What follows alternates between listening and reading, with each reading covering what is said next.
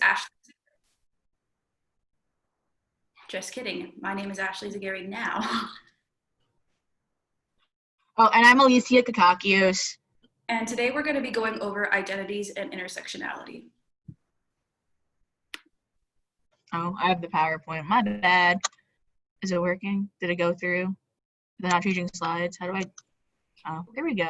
There it goes. It's a little laggy. Yeah. So again, my name's Alicia. I use the she, her pronouns, and I'm the assistant community director over at College Inn. And since we're going to be talking about identities, I'll share a little bit of mine. I identify as a Latinx woman.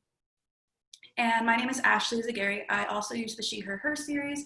I am the assistant community director of Joe Green Hall, and I identify as a Latinx woman as well. And so we're going to get started with this topic. We also included our emails in the presentation. So if you have any questions before, during, or after, please feel free to email us or put your questions in the chat. But first, Alicia is going to start something off really quickly. I know it's early and everyone's probably still waking up, so if y'all can take the next like 15 to 30 seconds, get up and stretch. We want y'all to be as engaged and involved as possible during this presentation, because the more that y'all interact with us, the more knowledge that we're all going to gain and the more interesting the topic is. So please just get up, stretch, move around. Good morning, happy Wednesday. Like, it's going to be great. Halfway through the week, y'all, we're doing it. Come on, Joe Green, I see y'all stretching. What about you, Maple Hall? I don't see y'all stretching at all. Yes, Maple. West, you're doing it. Yes, the north. I see y'all moving. I see the north. I see SFT a little bit in the back.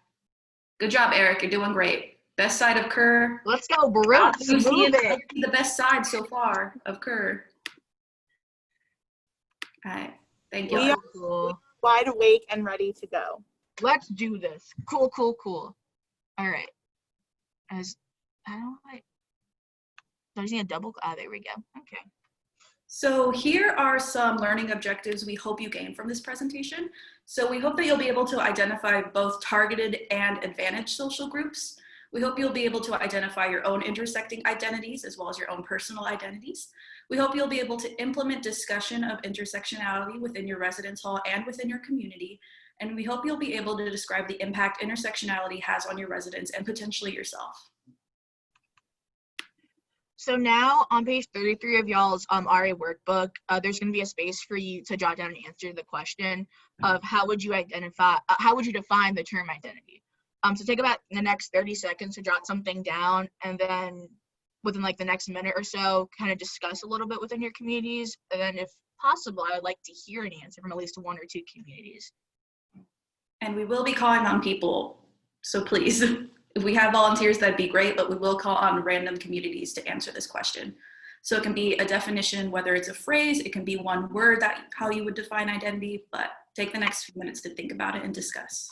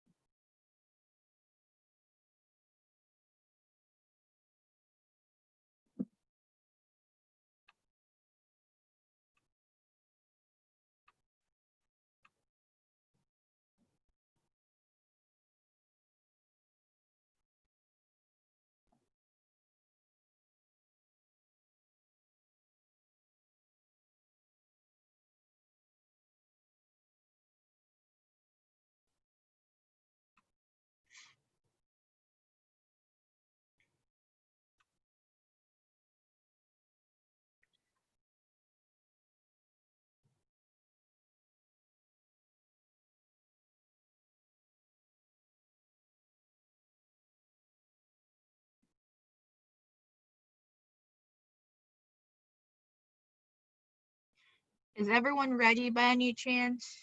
Are y'all still working? Can I get like a thumbs up? Still working. Still working? Cool, cool, cool.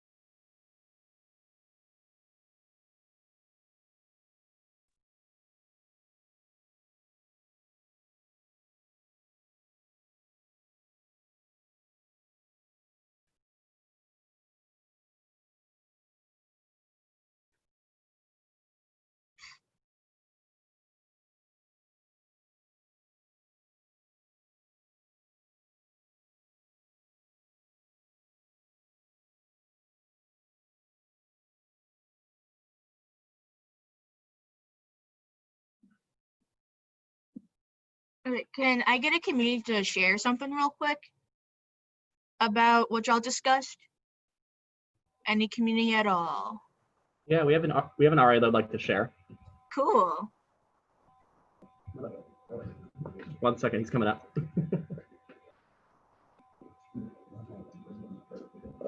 Hello, my name is Dan Robinson, and I said that how I define identity.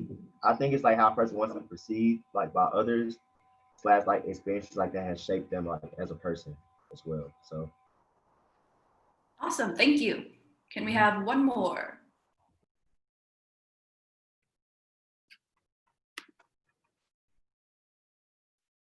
Don't all jump in at once.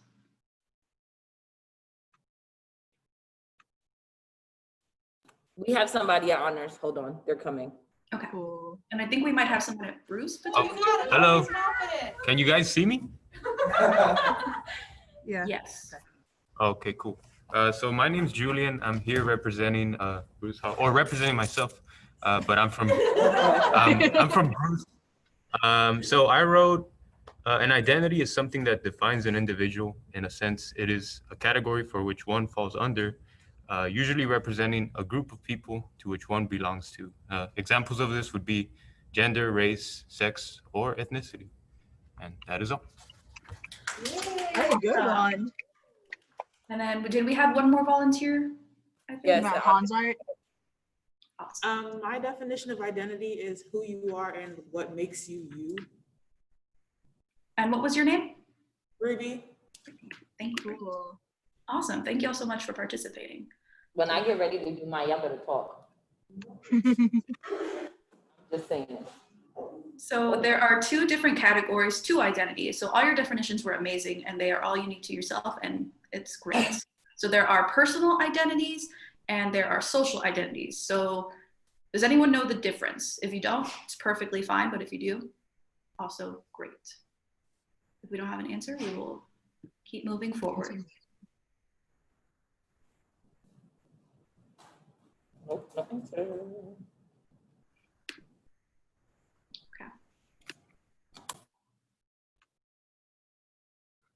So personal identities are those that are unique to you, and so you base them on yourself. So things such as your name, unique characteristics, a history, personality, and other traits that make one different from another. So you can have kind of similar personal identities as other individuals, but they're unique to yourself. So say if I met an individual with the same name as me, such as Ashley, we have the same possible personal identity, but it could have a different background to it. So I know the reason I was named Ashley, and it might be different from this other person who's named Ashley. Or if Alicia and I really love spaghetti, which I do, we might have different reasons we love spaghetti. Maybe I grew up with it and it had a really big meaning to me and my family, whereas to her, maybe it's something different. So these are different traits and identities based on yourself as an individual. And so we're going to be going over those personal identities in the personal identity wheel. So this is also in your manual. So if you want to open up your manual and look at that, let's take the next 5 to 7-ish minutes to fill this out. And if you have any questions, please let us know. And then can you change the slide, Alicia, please?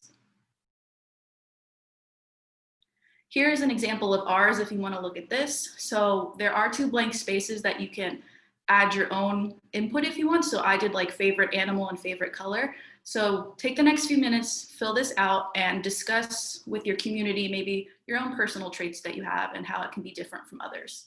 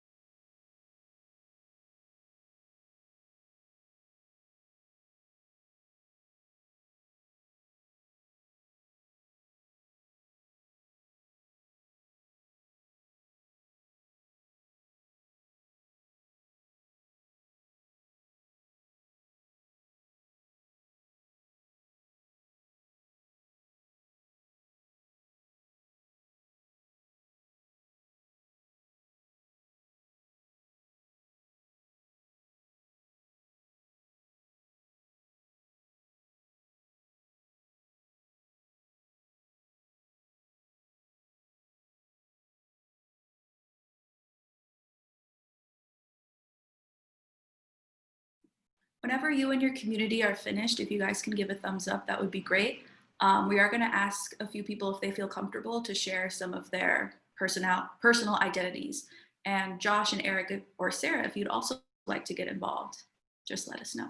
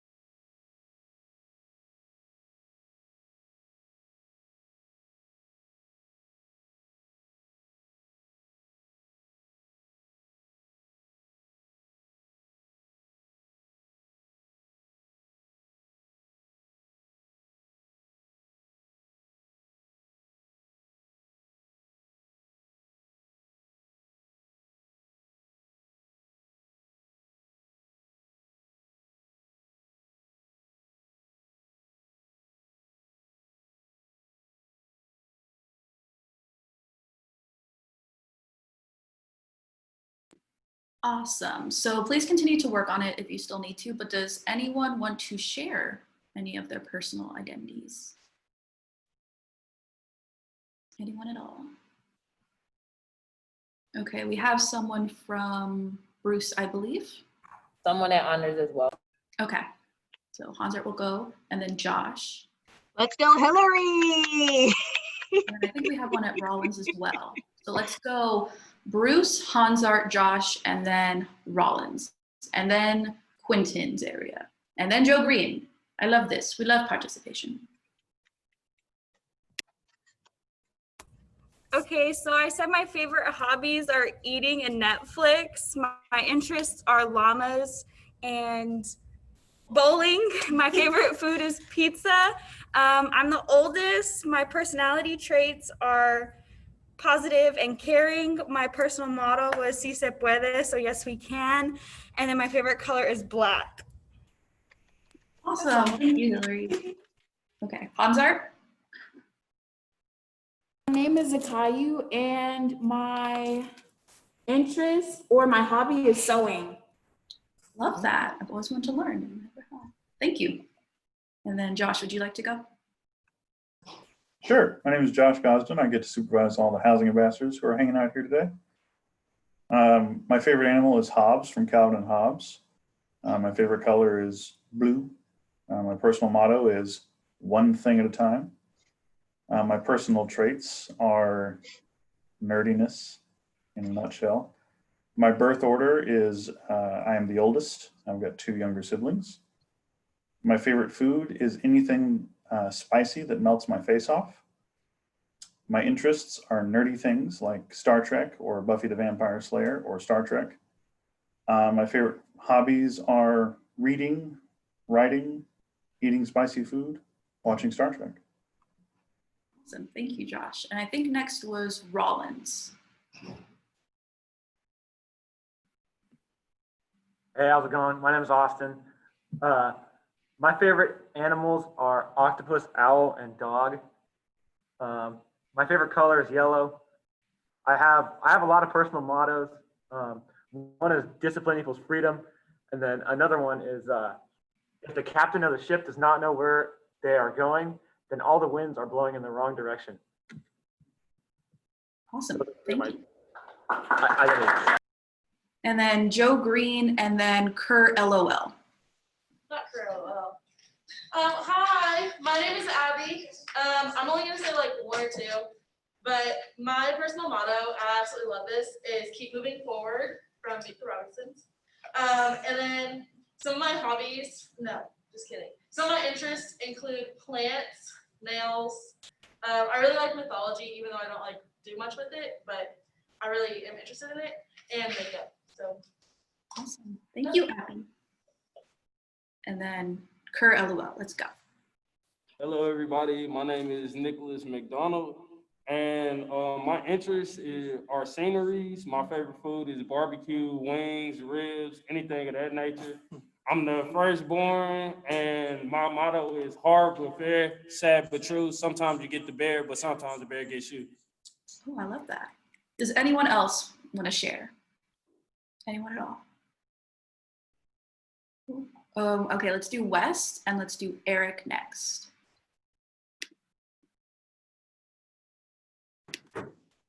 My name's Kelsha, and for my hobbies, I put painting, drawing, and thrifting.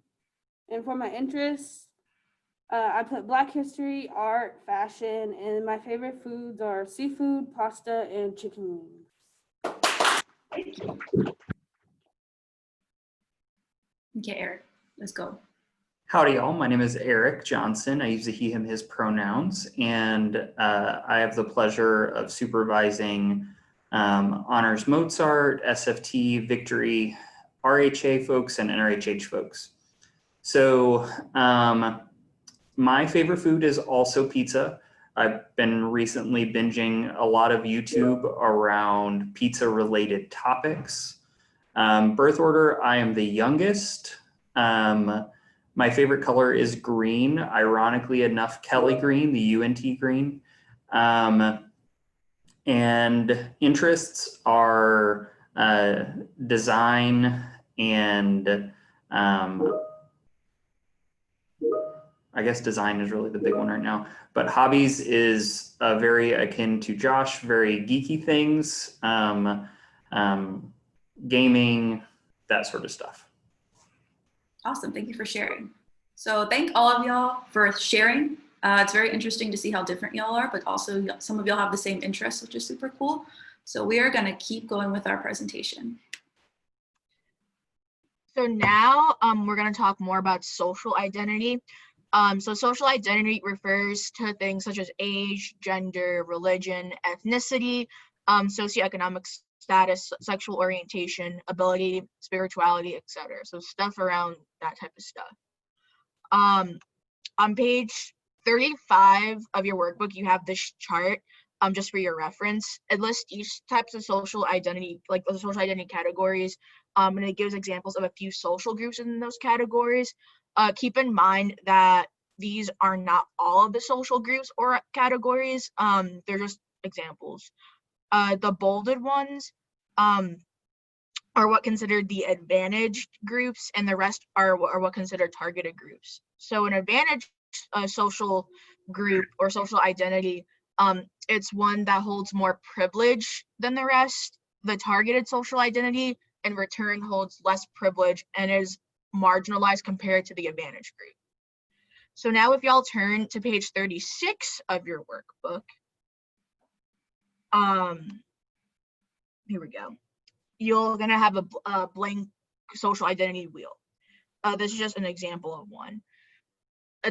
So each slice that y'all are gonna make are gonna represent a different social identity group, and the size that you make it, it's gonna be based on which one holds more importance to you. So for example, if I did the wheel, I would put race as a bigger slice than, let's say, ability, because I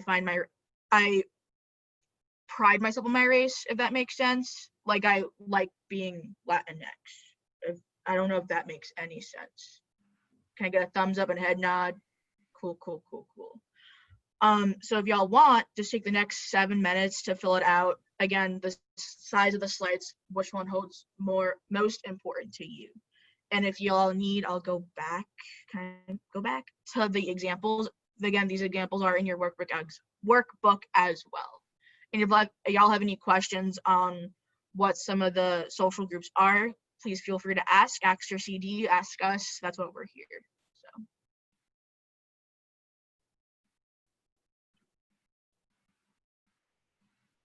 And whenever you are done, as a community, please thumbs up in the chat, or not in the chat, in your camera.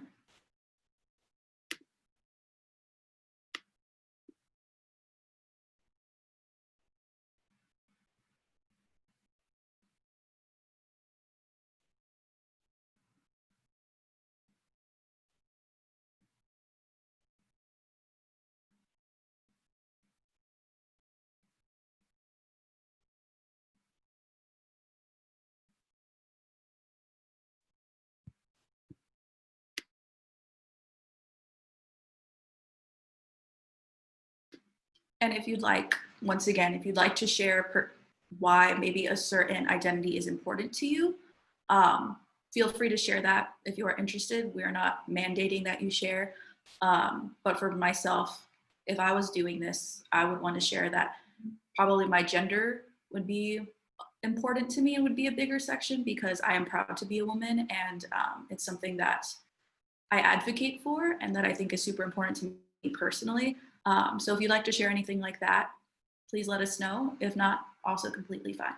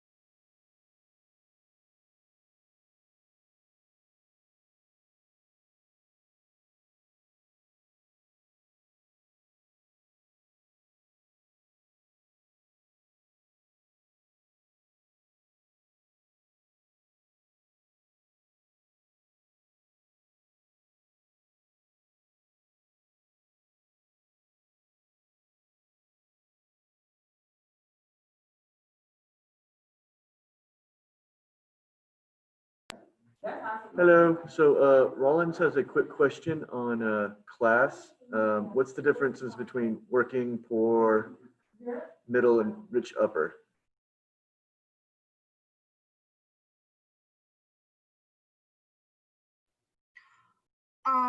So when it comes to like rich upper class, again, these are, what's that word? Like, however you kind of interpret it. So when, at least with my interpretation with rich upper class, it's more like, I don't have to worry, at least with me, like, I don't have to worry about where my next paycheck's coming from, or like how I don't have to worry about paying X, Y, and Z. Like I'm in like that upper class when it comes to monetary value.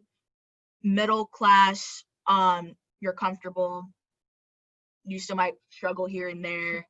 Poor, it's like you're poor, if that makes sense. Like if there's like the line, you got like middle, upper,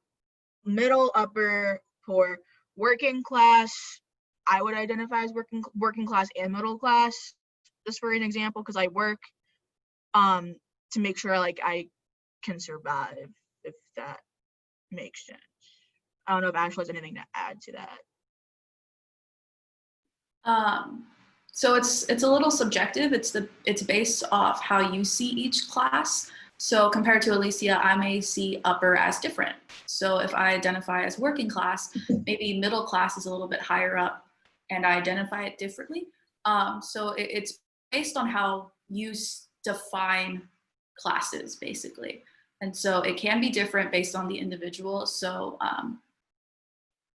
yes, I know it's probably not the answer you were looking for, but it is subjective and it's going to be based on the individual and how you personally see the different classes.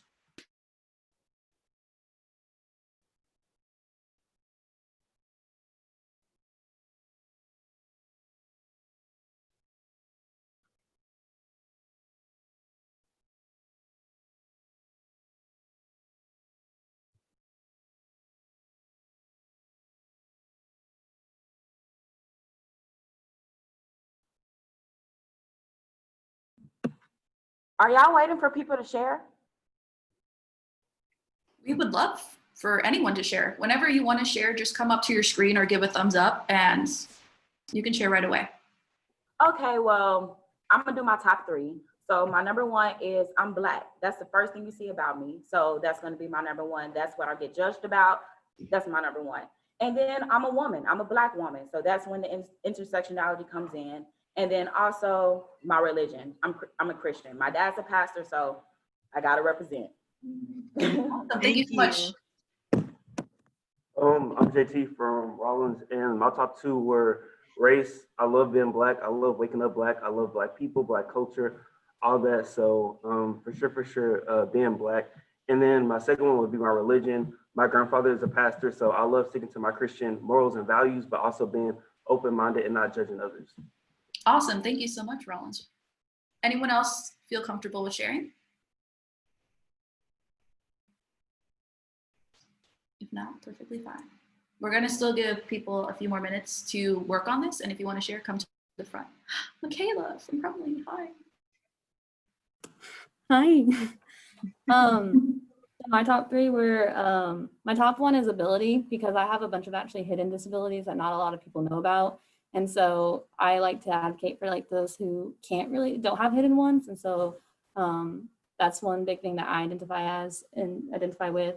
My second one was gender, just being a female. I'm in STEM, I'm an engineer. So being in that work area as a female is kind of hard, but it's definitely different. And I try to like push female towards STEM. And then my third highest one was race, because also kind of, I don't look like it, I'm blonde and everything, but I identify as Hispanic because that's where half of my family's from. We're from Costa Rica. And so I know I don't look like it, but that's how I identify. And so that's one thing that I always push towards, because like, I know I don't look like it, but it's like, you know, you can't judge a book by its cover and how they identify. So those were my top three.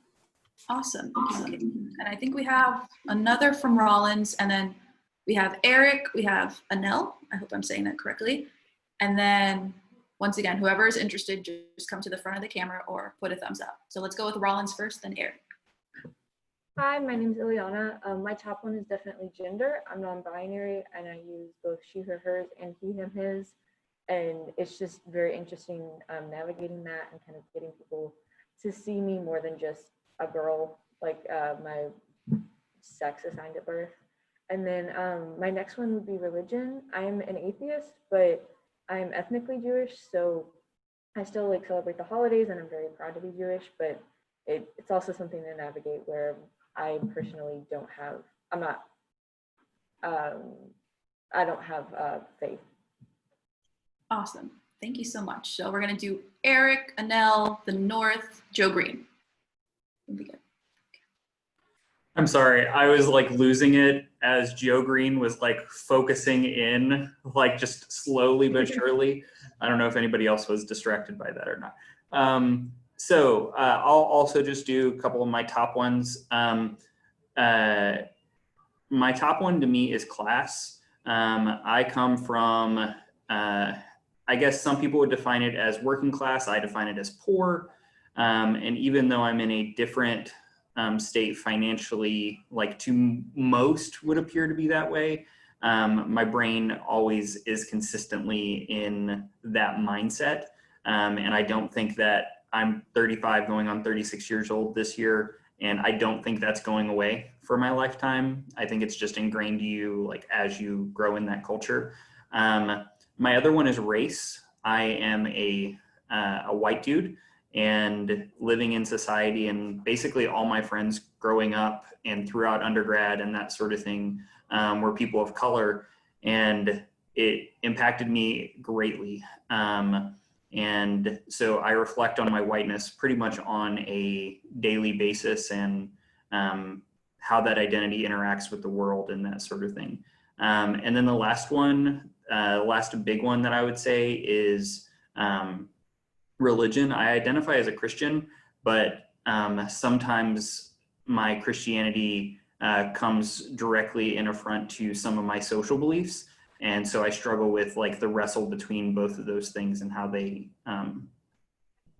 play with each other and that sort of thing. Awesome. Thank you, Eric. And then Anel. Good morning, everyone. My name is Anel McDaniel, and I'm a housing ambassador. And my top 3 social identities would be, first, my religion. I'm a Christian, and I'm very proud of my relationship with God. And just like JT said, I don't judge other people and I stay open-minded, but that doesn't mean that I'm any less proud of my background and my religion.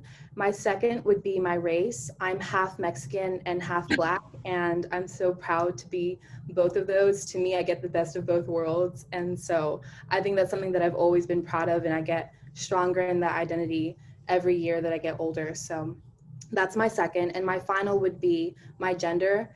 I am a female and I go by the she, her series. And I think that being a woman is something that is very powerful, even though we do get the back burner most of the time. And I think I would love to learn more about being an advocate for women as a whole, and I want to educate others. So those are my top 3 identities.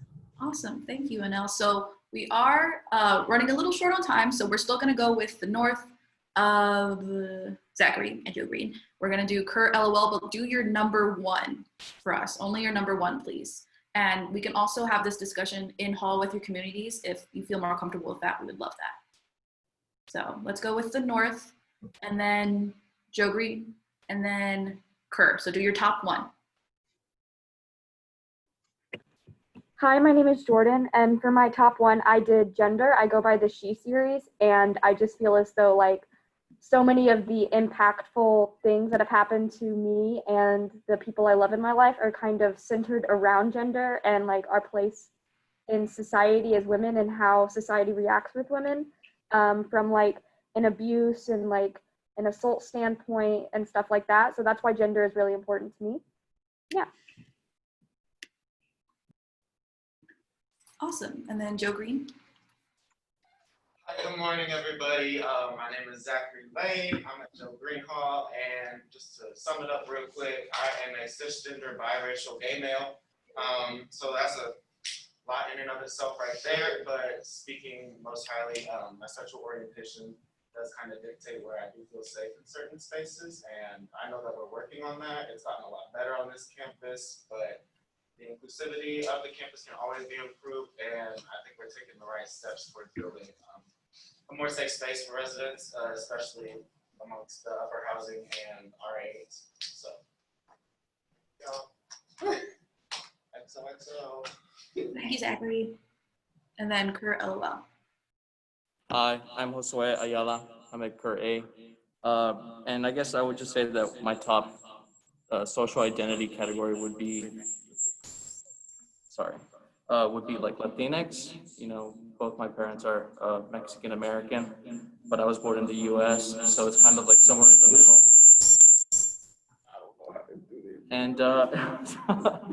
And I would also say, you know, just to add just a little bit, is that I'm agnostic. So I think that's something. Awesome. Thank you so much for sharing.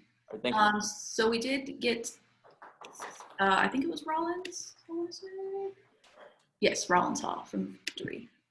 In the chat, the difference between gender and sex. So sex refers to like a biological attributes. So what sex you were given at birth or assigned at birth biologically, and gender is more social. It's like a social construct, things like that. So they are different. They are different things, and sometimes they are used interchangeably, but they shouldn't be used interchangeably. So be aware of that, is that they are very different from one another, and they're not interchangeable. So thank you from Rollins for letting us know that. We really appreciate it. Or Victory, whoever said it. But thank you all for sharing. So we're gonna keep moving on because we have about 20-ish minutes left. So let's keep going.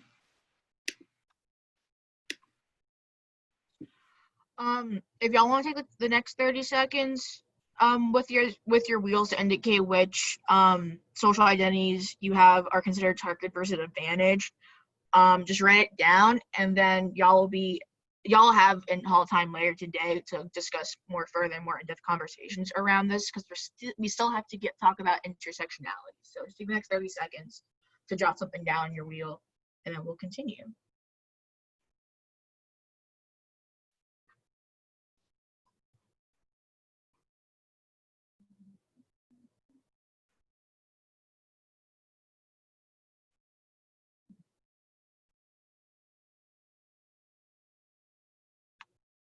Cool. So we're gonna have this question, I believe, can be answered in your manual, but if we can have one individual, whoever it wants to be, say, why do you think personally learning about identity is important overall? Anyone at all?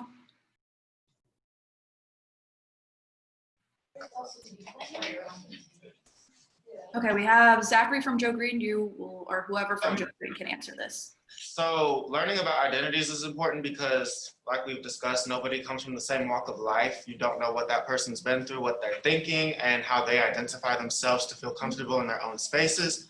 So to be able to give somebody the opportunity to really just let them show who they are authentically, that does have a big impact on their self-esteem. And it's important that we learn from each other about our unique identities, because, like I said, no two walks of life are the exact same, and there's always going to be a unique story to tell. So you might as well learn it from that person for who they are. Awesome. Thank you so much, Zachary. So we're going to keep moving forward, like you said. So now we're going to start talking about intersectionality. So we're going to watch a short, like 2-minute clip by Kimberly Crenshaw about it. So let me see how I can share a different screen. Just my Google, so we can play the video. Oh, how do I? No. Nope, that's my email. Don't look at my email. I can't. How do I make it smaller?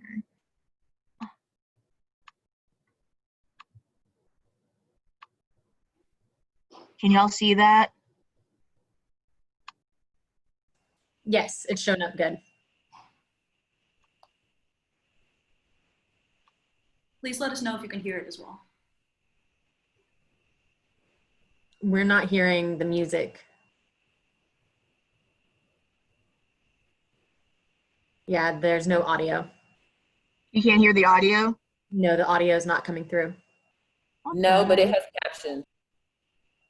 Okay, so are y'all good with reading the captions?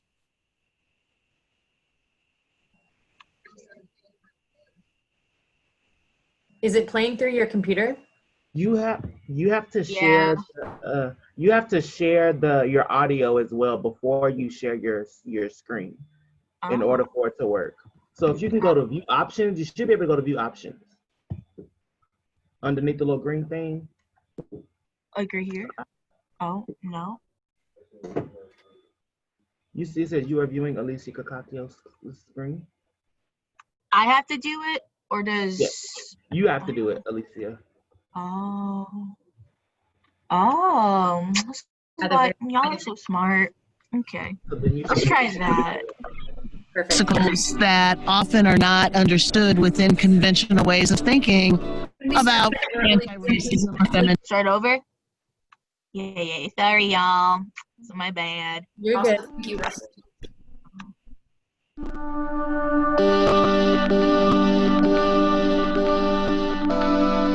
Intersectionality is just a metaphor for understanding the ways that multiple forms of inequality or disadvantage sometimes compound themselves, and they create obstacles that often are not understood within conventional ways of thinking about anti-racism or feminism or whatever social justice advocacy structures we have. Intersectionality isn't so much a grand theory, it's a prism for understanding certain kinds of problems. African American girls are 6 times more likely to be suspended than white girls. That's probably a race and a gender problem. It's not just a race problem, it's not just a gender problem. So I encourage people to think about how the convergence of race stereotypes or gender stereotypes might actually play out in the classroom, between teachers and students, between students and other students, between students and administrators, and commit themselves to understanding that as a way of intervening and providing equal educational opportunity for all students, regardless of their identities. Identity isn't simply a self-contained unit. It is a relationship between people in history, people in communities, people in institutions.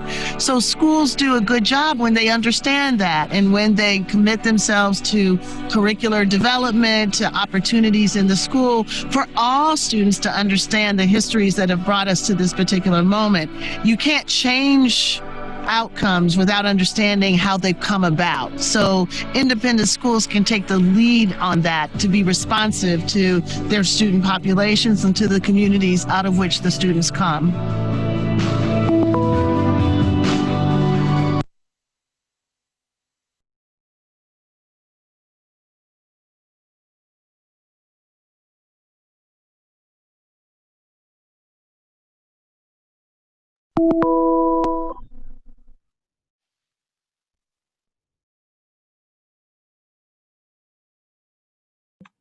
Can y'all hear me? Yes. You're Cool. So when it comes to intersectionality, it's pretty diverse. So for example, when I look at my own identities, I identify as a first generation Latinx cisgender woman. If I want to go deeper within intersectionality, I can say that I identify as Puerto Rican. I'm going to have a different experience based on my intersecting identities just because of like where I grew up and that I identify as Puerto Rican instead of other Latinx identities. Another example would be like a cisgender white man who might identify with the LGBTQIA+ community compared to a cisgender white man who doesn't identify with that social identity. They're going to both have different experiences, just and a factor of that is just intersectionality. Intersectionality can also encompass both social and personal identities, and it makes the individual unique. So now I wanted to talk a little bit about this thing called the mirror window analogy that I learned about over the summer. So like when you think of a mirror, you might think of your own reflection. So that mirror is how you represent yourself. So for me, again, like when I look at myself, the first identities that come to mind is first generation Latinx or Puerto Rican cisgender woman. When you think of a window, however, others can see through that window. So they see you how they interpret you, if that makes sense. So with myself, people might not think I identify as Latinx, and that can be because of many things. Like, for example, my last name is Kakakios. That's just because I'm also half Greek, but I don't really identify with that part of my life. So if y'all want to get more into that identity development, let me know. Finny great person to look into. Identity development theory, great. Also physically, like if people just glance at me and look at my physical appearance, I might not look like a person of color because I am on the, when it comes to like, when you think of Puerto Ricans, I'm on the lighter side of Puerto Ricans, if that makes sense. As a resident assistant or RLA, so my housing ambassadors and my facility assistants, y'all are going to be encountering many different people, and they're going to be encountering you as well. This mirror window analogy can apply to how you interact with others. Y'all are going to be learning more about things like unconscious and implicit bias later today during your in-hall time as well. But that stuff can also impact how you might view others through their window, how others might view you through your own window, stuff like that. So when looking at the Latinx community, for example, and looking at intersectionality, biases, colorism, privilege come up a lot. So for example, I might see someone walking down the hallway and they physically, to me, might look like a Black woman, but they might identify as Afro-Latina. That just is an example of intersecting identities that, again, like I might not know unless I ask or else they tell me. When people think about the Latinx or Hispanic individuals too, like people have their own biases of what they should look like, what they should talk like, what they should sound like, stuff like that, especially on older generations as well.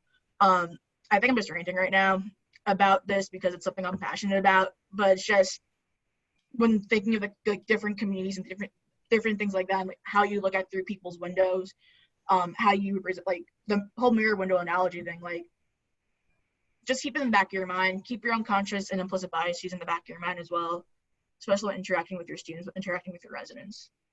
Yeah. Cool. And so now we're going to be asking, once again, we don't need everyone to answer, but if you are interested in answering, please answer.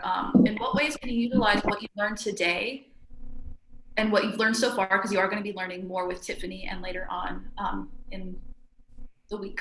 What can you use it in the RA role that you have? So how can you use what you learned right now in this presentation to help you in your role as an RA or as an HA or an FA or anything like that? So we're going to have 2 people answer. 1 or 2. Is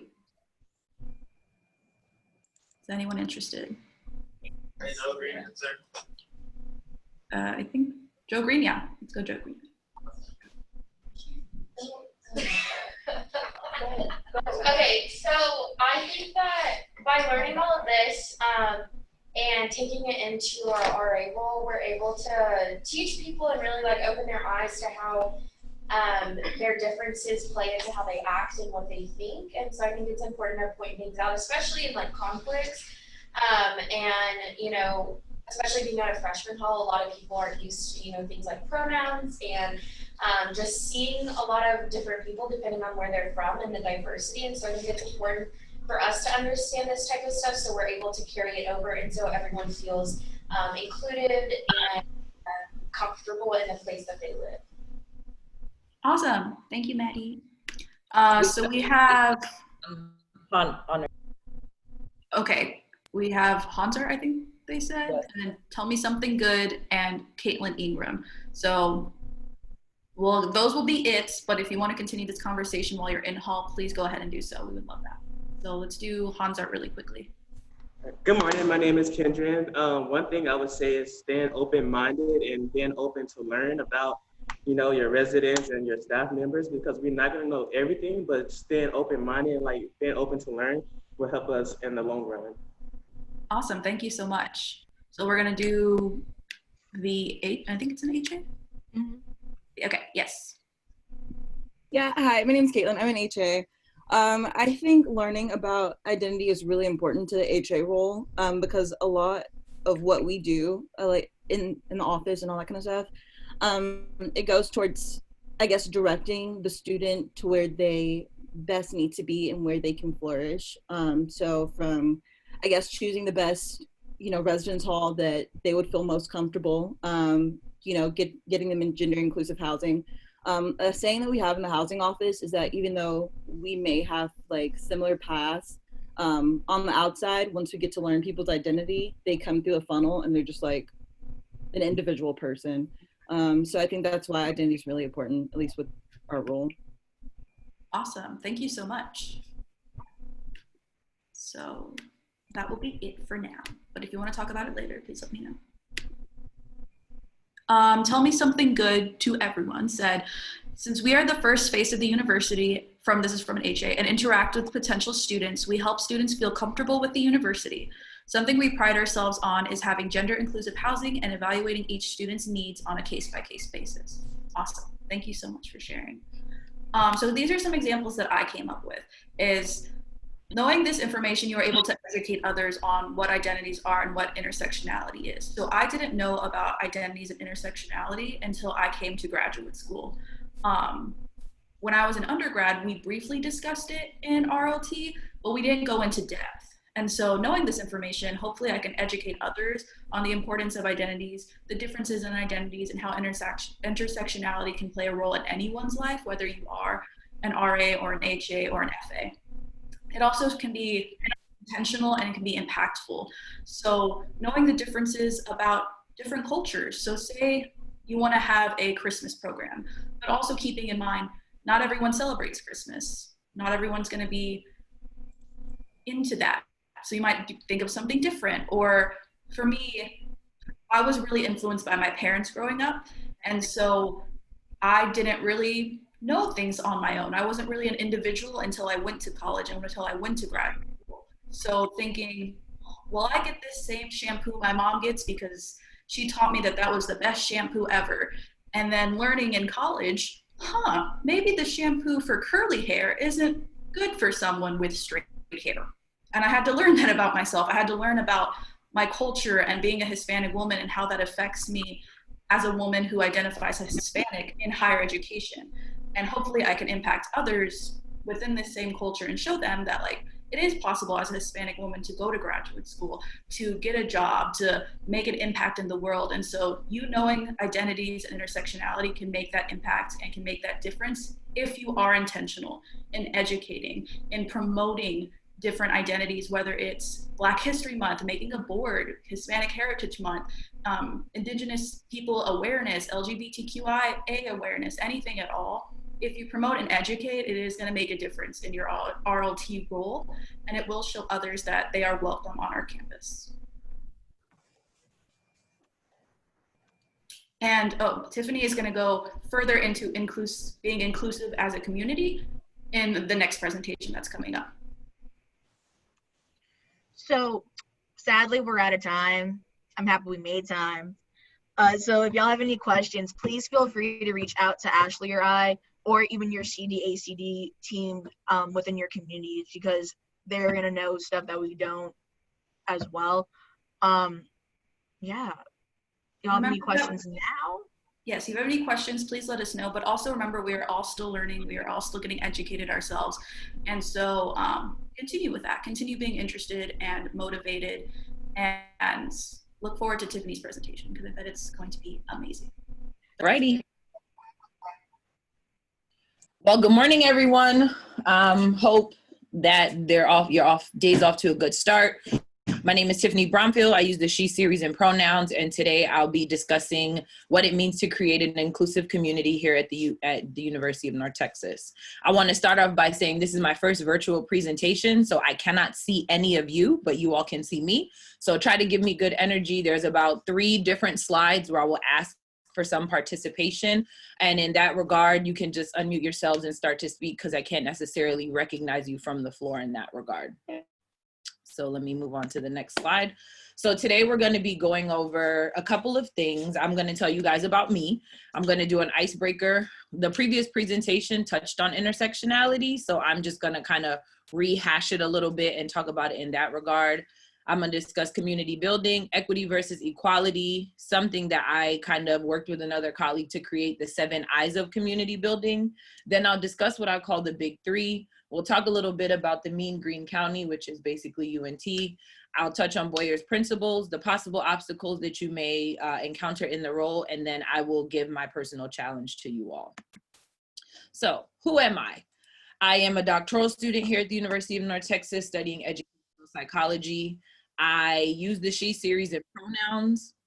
I am a first generation child of immigrants. My parents came here in the 80s from Jamaica, and I'm the first person in my family who's born a United States citizen. I also list my strengths here in large part because we are a strengths-based campus, but I found that over the last 3.5 to 4 years that I've kind of been using strengths, it really helps me as a supervisor, as a professional, and as someone who generally believes that all students can grow and develop and be the best people if they have the right support. And then I include a picture of me at a Cool Y, which is the International Conference for Housing. I went to Toronto last summer. I didn't present. That was probably my first year not presenting at an international conference, but it was nice to just be at a conference and be able to do work. And I do love to travel. So that's also a part of kind of me and who I am. So an icebreaker, we're gonna take about 3 minutes for you all to discuss in your groups the following questions. 1, do you eat rice? Do you come from a family that cooks rice? And how does you or your family prepare rice? So I'll give y'all 2 minutes for that.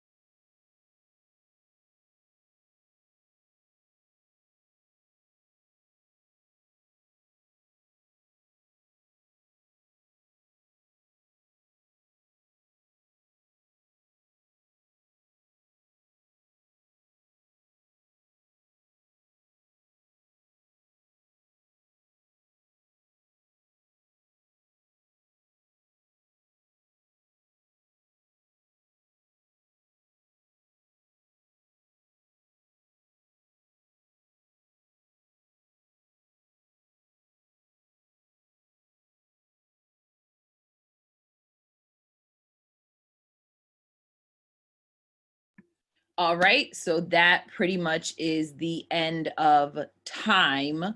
I saw a lot of action going on in some of the rooms. So do we have 2 people or 2 communities that want to answer that question? And I just want to say, like, this is one of my favorite icebreakers because I love rice. Like all the Hansard. Oh, Hansard and Rollins were the first 2 up. Hansard? Yeah. Yes. So no, I'm not muted. This is DJ Darian speaking, and I personally eat rice with butter and sugar.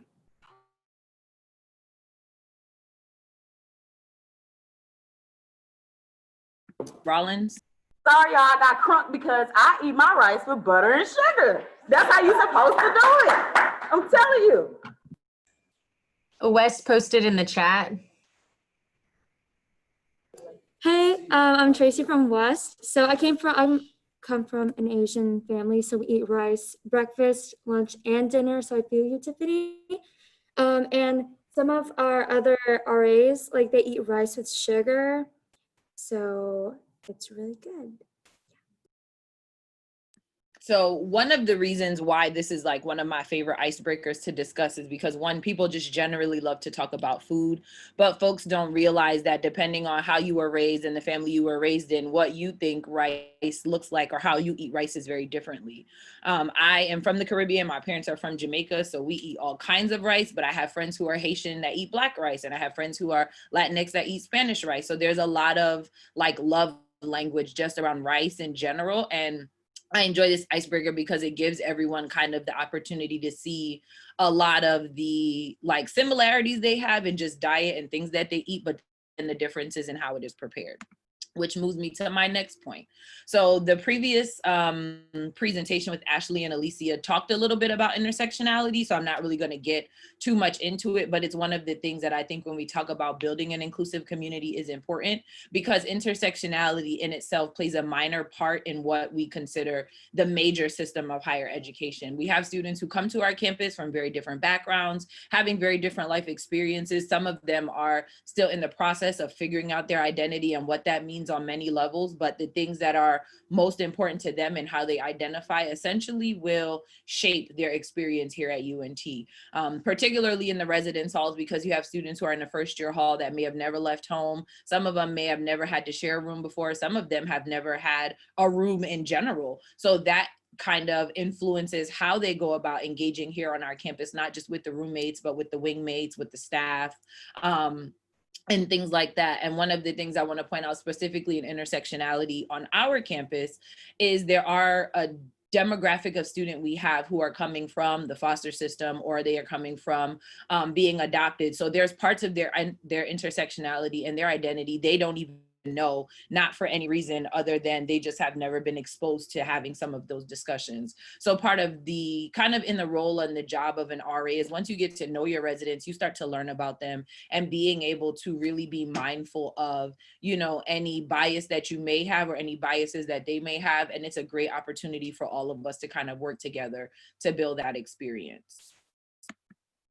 So community building, I'm going to give y'all 2 minutes to kind of look at these questions and craft an answer as a group, and then I'll ask 2 buildings to answer that question, preferably not the 2 buildings that participated before, the 3 buildings that participated before, but really think about what does community look like to you. For some of us, community is the people in our house. For other people, community is the people on our block. For some people, it's the whole country. So really talk about the definition of what community looks like. Who is included in your definition of community? Is it, you know, friends, and is it just relatives? Is it friends and relatives? Is it, you know, the older lady who's lived across the street from you your whole life and you consider her to be a grandmother, but you don't even really know her last name? She's just always been there. And how has your idea or your definition changed in the time of COVID-19? And a part of that is we are now entering a time in the world where we will be leaning a lot more on digital and virtual connections than we have in the past. So I really want you guys to take some time to discuss as a building, as a community, what do you want your community to look like, and how has your definition of community changed given the time that we're in? So I'm going to set my timer for 3 minutes and we'll come back at 11 o'clock.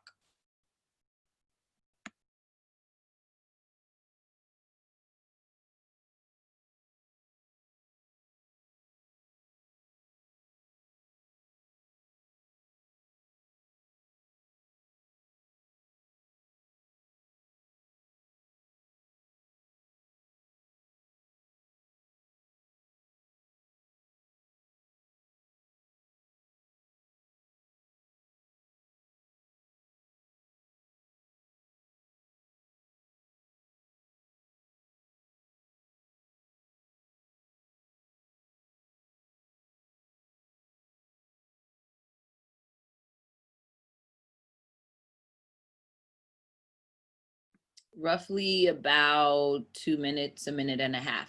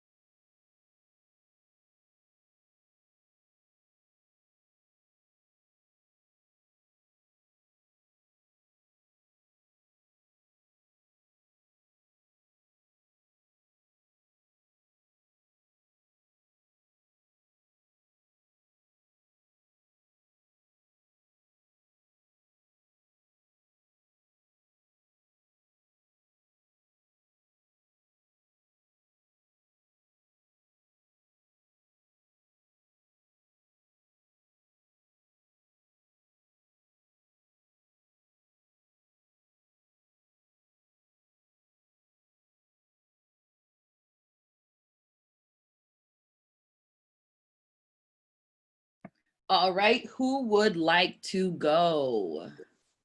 Maple's coming down. Hi, my name's Kane. I'm speaking on behalf of Maple Hall. I use he, him, his pronouns.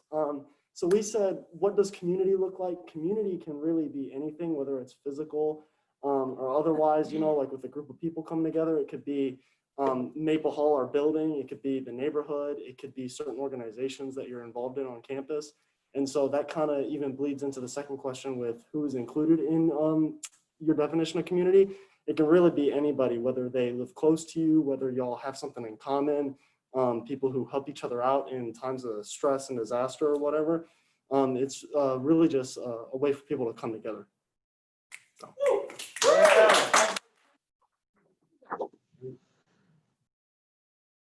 Thank you. Do we have another hall? Hey, so I'm from Bruce, and one of the things we talked about was a community is really just a way to be a part of something that's bigger than yourself, and a way to make something that is bigger than the sum of its parts. And it's built through like shared experiences and history, and in a way it's actually easier now because we all have a shared experience of, you know, what's going on right now and having our worlds turned upside down. So, oh, is the camera not on? The camera has not been on this whole time. Cool. Okay, thank you. I didn't know the camera wasn't on, just for the record. I didn't either.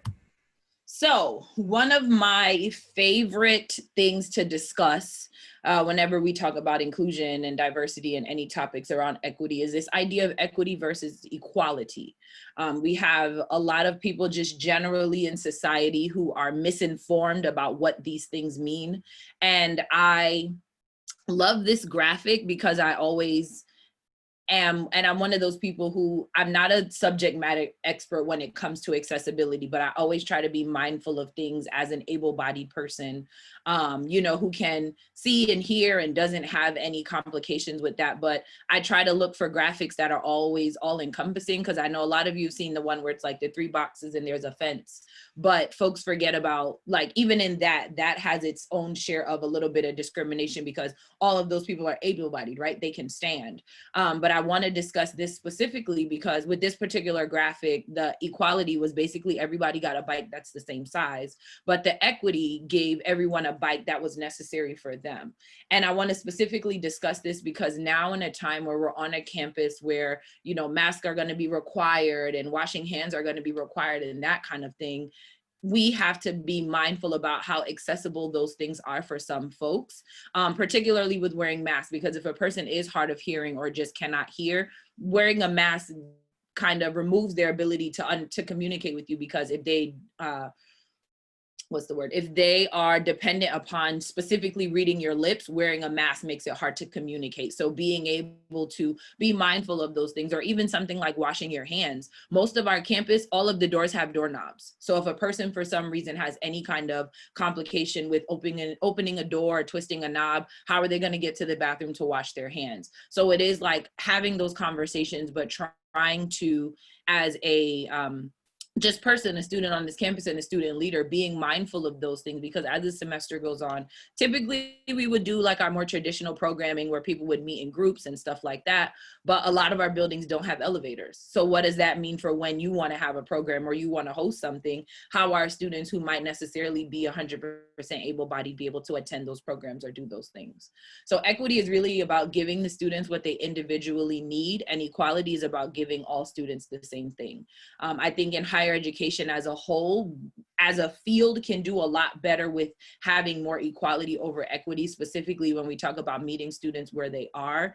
And even in this time of COVID-19, the expectation is that a lot of students are going to be able to come to campus and continue to have a more traditional on-campus experience, not realizing that for some of our students, they have to be on campus for personal reasons. And we as a university have to do our due diligence in supporting them and getting behind them and what they need. I specifically talked about like recruitment and training with our marketing, audiovisual tools and holidays, again, because we're going to be in a time where we're leaning very heavily on virtual experiences and creating or connecting with people through technology. We have to be mindful of the images that we're using and the words that we're saying, and even things like this, being able to use videos that have closed captions and things like that. As a world, we're becoming a lot more aware of these things and doing the best that we can. But I know for me, if you've ever tried to watch a YouTube video, sometimes the closed captions are just all signs because they can't transcribe the words in such a way that it would make sense to the viewer. So the 7 Eyes of community building, I came up with this concept after working with a colleague a couple of years ago when we first started what we now have as the residential curriculum.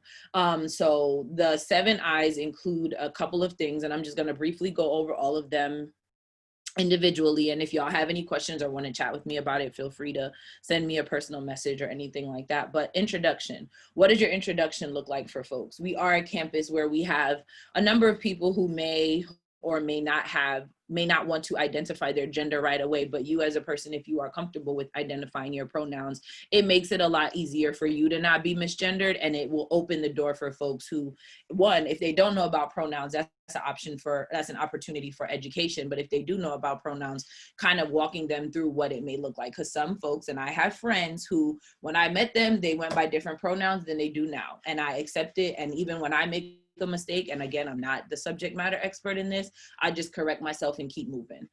Your interactions, are all of your interactions positive?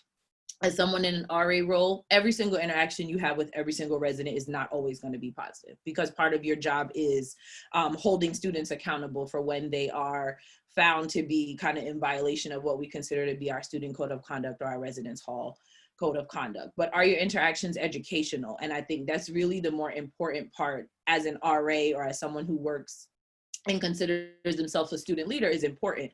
Are you taking time to have educational interactions with folks? And it's not always super positive and it's not always negative, because the other part of it is, as you continue to develop in your leadership role, you will learn what it means to strike a balance between engaging with students and also having boundaries. Involvement.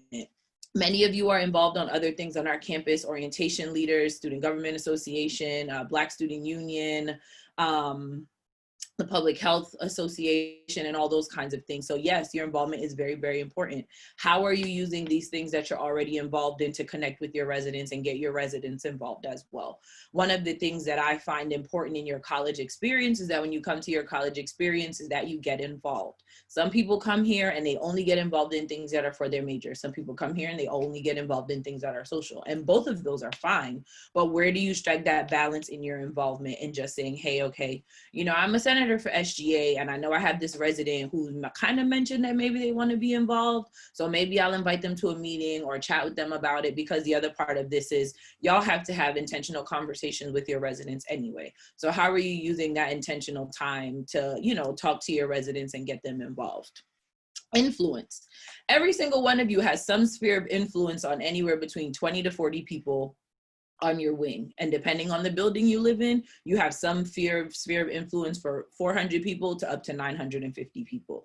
What are you doing with that amount of influence that you have? Are you really making sure that you are, you know, as positive as you can be and as engaging as you can be, so that residents feel like you're making an impact on their experience here at UNT? Or are you here to just have a job?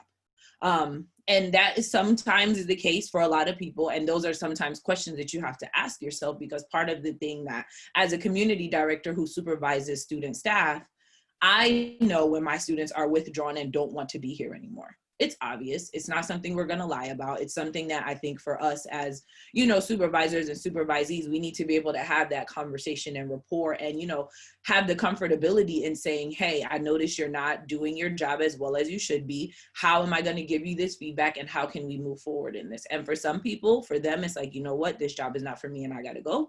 And there are some people who are like, I really love this job and I know I'm not doing the best that I can do. So I'm going to step up to the plate and do what's necessary, which brings me to investment. You all are getting paid to do a job. How much you get paid to do a job is based on how well you do the job. And I say that to say that no one's going to outright and fire you because you all of a sudden start to feel like you may not be up to par. But what is the investment that you're putting into this job so that you're getting something out of it? Because if you're just here for a paycheck, it's going to show. If you're here to really build with residents and connect with residents and build community and all those things, it's going to show as well. And you'll find yourself getting more out of the job if you are putting 100% or as much as you can forward, as opposed to not putting anything at all. Which brings me to identity, which is kind of one of the bigger parts of the 7 I's, because a lot of who you are and what you experience prior to coming to UNT and at UNT is what's going to make your experience and the experience of everyone else around you either positive or negative.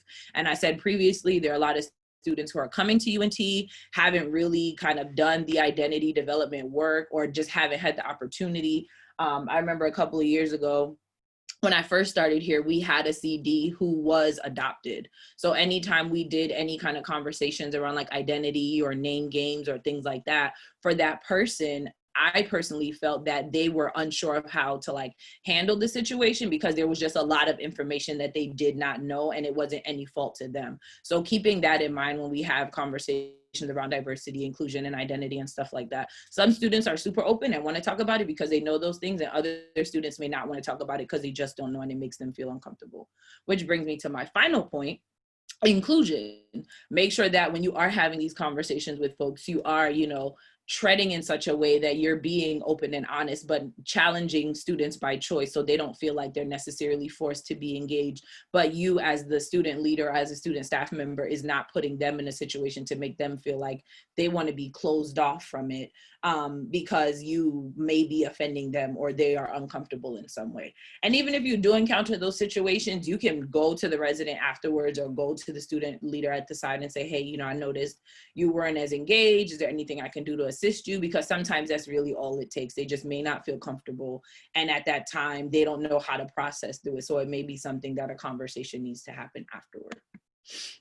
So the big 3, this is a concept for me that's important when I talk to student leaders just in general about particularly RAs, FAs and HAs, about the things that you're required to do in this role.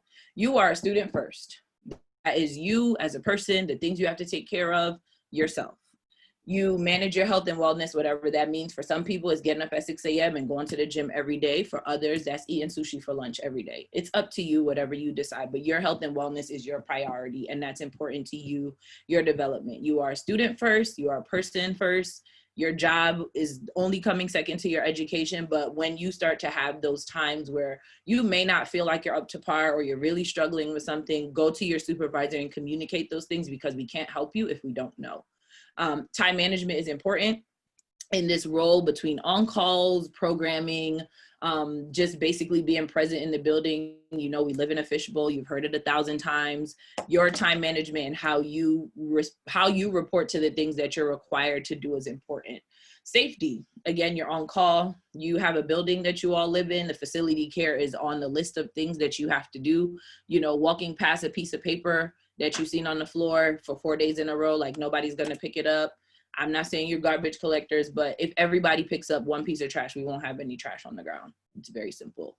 Staying on top of your administrative tasks, finishing your incident reports when they need to be reported within 24 hours, responding to emails, using Teams and all those things. And then your residents. That's basically what a lot of you are getting paid to do. Build community, support the people around you, support your staff. It begins and ends with the people. Try to always, anytime you engage with residents and have conversations, offer care and support, even in some of those situations where you have to deal with documenting people for breaking policies and things like that. And do your best to create an inclusive environment. Inclusive to everyone looks differently, but as long as you as a student staff member and the student leader is being open and honest as much as you can, I think folks will get the gist of the inclusivity and be comfortable with coming to you as much as they need to. So, Mean Green County. This is a piece of one of the university's marketing materials that they send out to students when they get ready to come here. And those are some of the areas where we get students to come from. So what I have for you guys is a couple of prompts, and I want you all to take maybe 2 or 3 minutes to write down the answer to the following things. Choose one word to describe the first time you got to campus, when you met your roommate, like your first roommate, the first day of your sophomore year, when you know that you made the right decision coming to UNT, and think about the most impactful person you've met while you were here. And I'm gonna give y'all 5 minutes to kind of jot some answers down. And then when I come back, y'all can, I'll have 3 buildings, maybe answer 1 question, and then we'll go on to the next part of the presentation.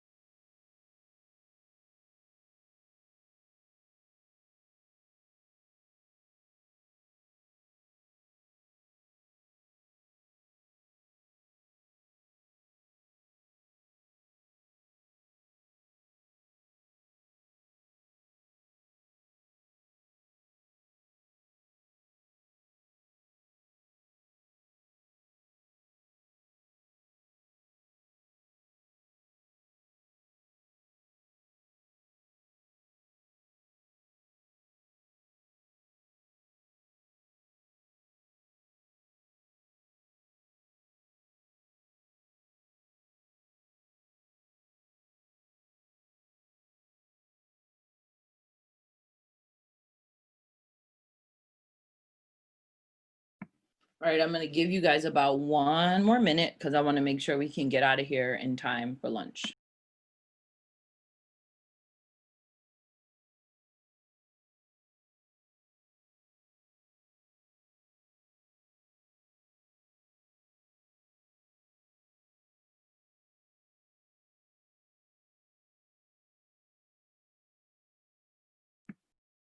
Do we have any buildings that want to share?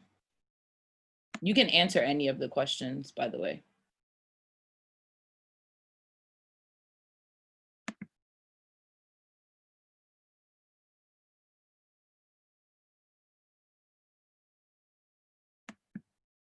Daniel, was that a share or were you just running?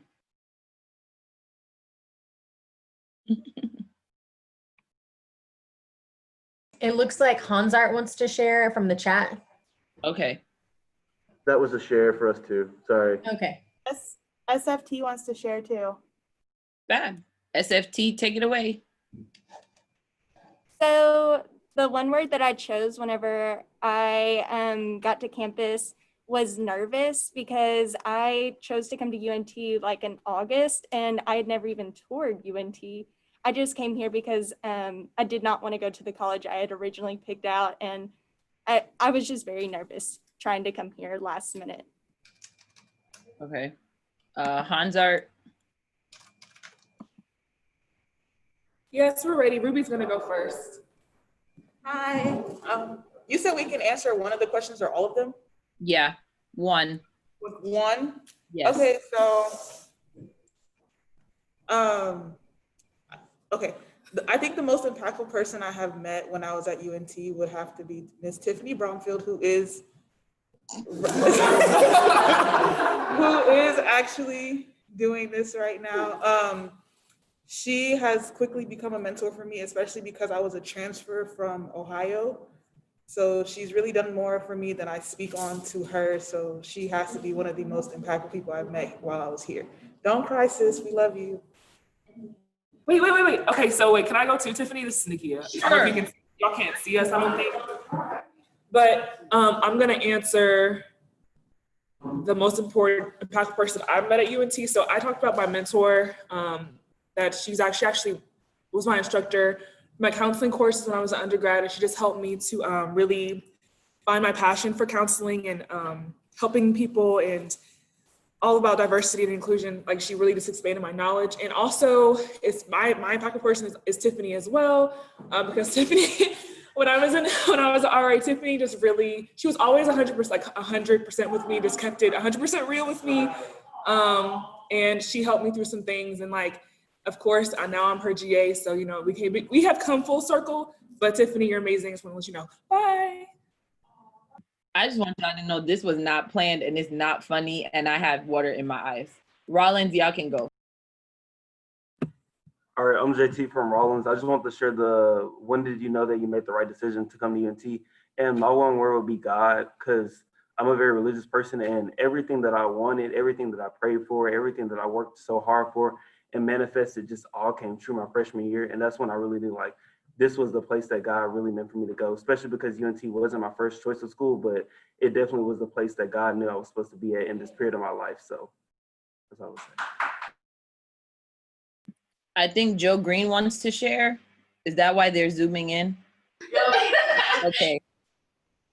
So for my most impactful person, I said Yolanda Mitchell. She was my culture class teacher, professor, and she literally just taught me so much, and I think like opened up like just so much like knowledge that I didn't know that I had, and a lot of things about myself that I didn't know, were actual things, I guess. And so I embraced myself more and being a person of color more because of her. And so she's taught me a lot about, I guess, just like the world, and like I see things very, very differently now because of her. So. Thank you all for sharing. So a small tidbit, as a doctoral student, I'm in the Department of Educational Psychology. Dr. Mitchell is my advisor, and she also wrote my letter of recommendation. So it's very interesting that kind of things come full circle. But my main reason for asking you guys some of these questions and, really just engaging in this discussion is for a lot of our students, when they get here, they feel nervous and it wasn't their first choice. And, for a lot of them, it isn't until like maybe junior or senior year where they figure out what they want to do with their lives and why they came here. And they meet the most impactful people. I've had students who their senior year is the first time they have a professor where it was like, this professor really cares about me. And I say all of that to say, as an RA and as a student leader, for a lot of you, for most of the time when students get to campus, you are the first person that they're seeing or interacting with who is, somebody that they feel like they can relate to. And for some of them, how you connect with them or don't connect with them can be a deal breaker for whether or not they stay at this university. So I want you all to kind of gather this concept and understand that as an RA and as a student leader, like, you have a lot more influence in our students coming here and staying here and graduating from here than our administration even does. Like, yes, our administration makes decisions and they're important, but our administration are not the people who are having these one-on-one conversations with the residents when they start, needing resources and are struggling with things and having family issues and stuff like that.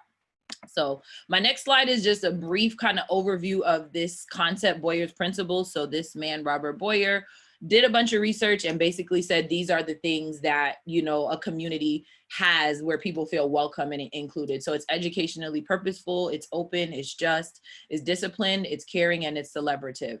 So a lot of these things are basically things that you all already do. This just basically gives it a name that says, you know, this is a place where students can come and they can learn things. It's a place where, you know, we have free speech and it's protected, and, you know, we are encouraging students to engage in those things. And I know last year was a lot of just free speech things going on. And I want to keep in mind and remind everyone, if you haven't already forgot, this November is going to be another big election that is going to affect and thwart what community looks like for us in a number of ways. No matter who the candidate is that ends up winning, we are going to be looking at a very different world when this is, you know, has passed. A just community where people can be who they are, and we're going to honor those things, and we're going to really help people get to the places that they need to get. It's a community that is disciplined. We have our community standards, we understand what they are, but we are making sure that folks are following them. If they are not following them, we are doing our due diligence to make the experience educational so that they understand that they have hurt our community in a sense, and that they want to try to not be the person who does that again. A community that's caring. You all, most of you got into this job because you are people who want to help people and you care about people, and it's something that is very, very important to you. So making sure that we are appreciating and encouraging other sensitivities and the things that people are experiencing and how we are helping them grow through that. And of course, celebrative. We are housing. We feel like we always eating pizza, we always having parties. But to the rest of the Division of Student Affairs across the United States of America, housing people are the party people. We got the popcorn, got the popsicles, we got the pizza, and we're doing all the fun stuff, and that's great. But how are we making sure that while we're having all this fun, we are continuing to, you know, break down barriers and engage with students and have educational conversations with each other, not just student staff and as student leaders, but with our friends and families and things of that nature. So possible obstacles that you may experience in this role.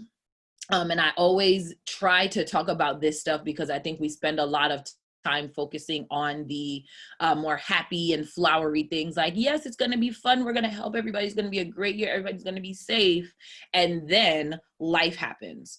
So losing touch of yourself or losing touch with residents. I cannot stress to student leaders enough, every single one of you, know what your boundaries are, or learn what your boundaries are and figure out what your boundaries are and stick to them, because you will have residents who are just overly engaged and they want to talk to you every day and they want to be around you and things like that. And there's nothing wrong with that, but being able to say, hey, you know, Tiffany, I got homework I need to do at 5 o'clock. I'm just going to hang this sign on my door, say I'm unavailable, and hopefully the residents don't bother me. If they need me, they can call the RA on call. But making sure you're taking time out for yourself. Everybody, we are in a society now where everybody talks about self-care, and self-care is so important until it's actually time to do self-care. Communicate those things with your staff, communicate those things with your supervisor. Part of your RA responsibilities is, you know, if you leave campus or you go home for the weekend, you have to tell some people, but actively engage in what your self-care means. Like, it doesn't necessarily have to be a leave campus. You can literally just tell your supervisor, hey, I'm not on call this weekend, I'm going to be in my room, but I'm just taking some time to myself and I would like to not be bothered. Communicate it to your staff, because a part of what it means to truly be on a team is that everyone is communicating and that we are engaging in some of these practices together. I know one of the things my staff used to do last year on Tuesdays, BJ's had Pazookies for like $3 or whatever. So after staff meeting, they would just all go get Pazookies. Like, and for them, that was like their time to bond and not talk about work and spend time with each other. But keep in mind that like part of being on a team is being open as much as you feel comfortable with your staff about things that are going on, so that people have the ability to support you. Because I think one of the things that I've noticed, as someone who's on a team, as a CD team, I played sports for a long time. When people go through things, and I used to do this, I have this tendency to like pull away from everyone. And then folks are like, well, why are you acting weird? Why are you acting strange? And I never, well, not never, but now I'm starting to get better at communicating like, hey, you know, I just had a really hard week this week. I don't want to do anything. I'll hit you up, you know, in a day or two after I've had some time to like breathe and take a rest or whatever the case is. Under involvement or over involvement. I touched on this when I talked about the 7 I's. We as supervisors, as a department, we want to support you in everything you do, but sometimes you have to say no and be okay with saying no without an explanation. And it's not necessarily a say no to your supervisor when they ask you to do something, because I know that's what a lot of y'all think.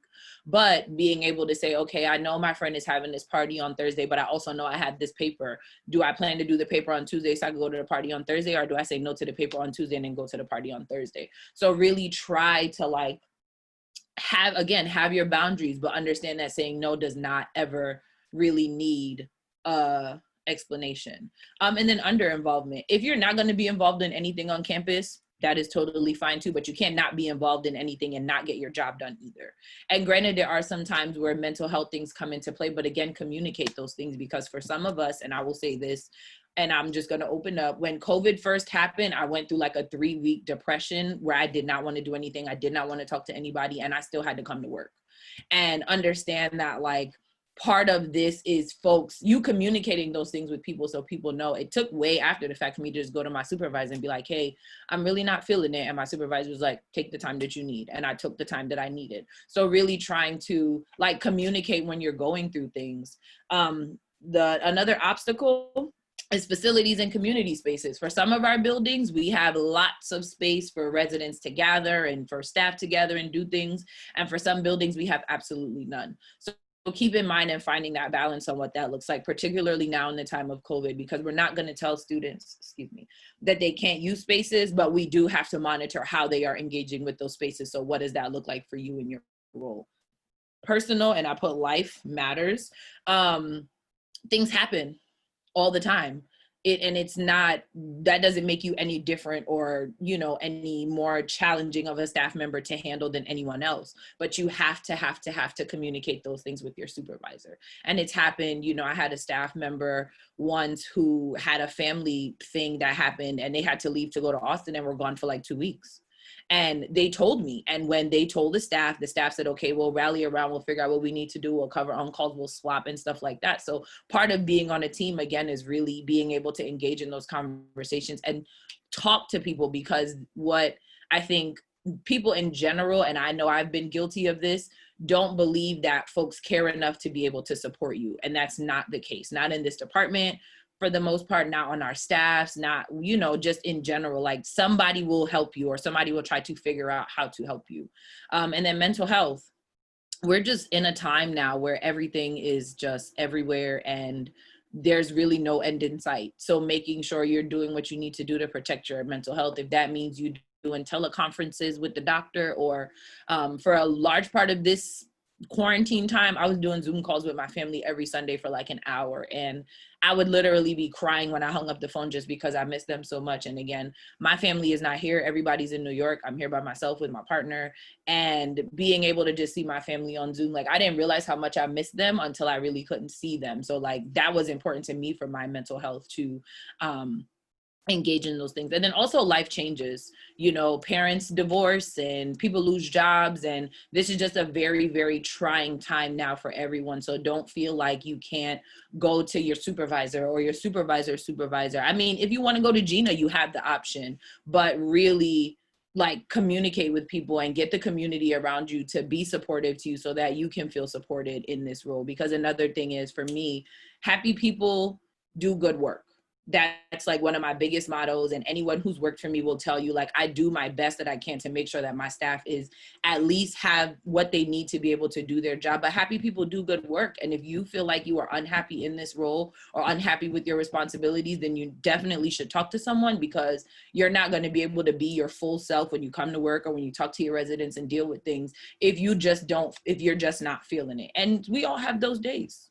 Some of us are just like, you know what, today I'm not doing it. I can't do it. And you just don't. But communicate those things, because again, we are in a department and we do work at a university who tries the best they try the best with what they have in terms of resources to support our students and our staff as best as we can. So my personal challenge to all of you, I typically, anytime I do a presentation with student staff leaders or student leaders / student staff, is I ask a set of questions that I really want you to kind of think about and carry with yourself throughout the remainder of this training and the rest of the academic year, is how are you going to contribute to the individual student experience? And I asked that question specifically because as RAs, yes, you're responsible for, you know, anywhere from 20 to 40, and for some of you 50 or 60 people, but how are you having good, engaging conversations with that one person or that two person, and that may make you their most impactful person. I know when I started at my undergrad, my RA was probably one of the people who introduced me to the most people on campus, just because she's like, hey, I'm about to go to this meeting, you want to come? And she's still one of my best friends to this day, and I graduated from college a little time ago, and she just got engage, which is random, but I really want you all to understand that every single interaction you have with the student, you contribute to their individual experience, whether that's a positive experience or a negative experience is on you. How are you going to balance and meet your students' needs and then balance your own? Again, you are a person first, you are a student first. This job is important to you. That's why you are here, but your health is the priority. But how are you going to manage your health and then engaging with residents in that regard? How can you use your interests and experiences to relate to others? Again, one of the things I mentioned before, I started meeting people on campus because of my RA. She was super involved. She was the vice president of the Black Student Union. And one day she was like, oh, I'm about to go to this meeting. You want to come? And I went to the meeting, and then I joined the Black Student Union, and I got super involved on my campus. So how are you looking at what residents have? Like if they're accounting major, are you recommending accounting clubs for them? Are you finding ways to get them engaged? Again, being in the time that we're in, it's going to look very differently of what it means to be engaged with students and how they engage with the university. And how are you going to challenge and support yourself and your residents? I know one of the things that I've experienced as a professional staff member is every year I have a group of students who are like, oh, it's 4.0 season. I'm about to get a 4.0. I'm about to bump my GPA. And that's great. But what does that realistically look like for you? Because if you're going to focus on getting a 4.0 GPA and there's nothing wrong with that, how are you going to divide up and manage your time so that you're meeting all the other requirements for everything it is that you need to do? And again, that depends on major, because for some of our friends who are in the STEM, biology, science, engineering, y'all have a lot of labs and y'all have a lot of places you got to go and things you got to be. And then we have our other friends who are in the social sciences who are doing research and getting published and writing papers, and all of that stuff takes time. So how are you challenging yourself to be the best student and student leader that you can be, but how are you challenging your RAs to also meet that goal? So my presentation is done. I think I have like 8 or 9 minutes to spare. Does anybody have any questions, comments, feedback? I just want to say thank y'all for taking some time out to chat with me today about this. Thank you for all your engagement, because I am presenting just at a screen. I can't see anything that y'all are doing. So I appreciate y'all taking some time out to chat with me today. Anyone have any questions? I don't see anything in the chat right now. And I'm trying to scroll through the videos to see if anyone's, oh, Rollins is coming up. I just want to say you did good, Tiffany. JT said he loved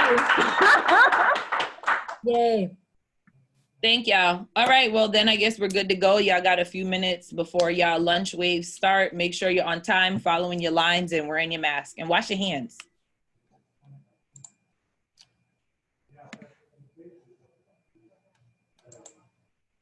Maple has, wait, are you gonna, no, never mind, they're done. I'm still here. Okay. I just stopped sharing my screen.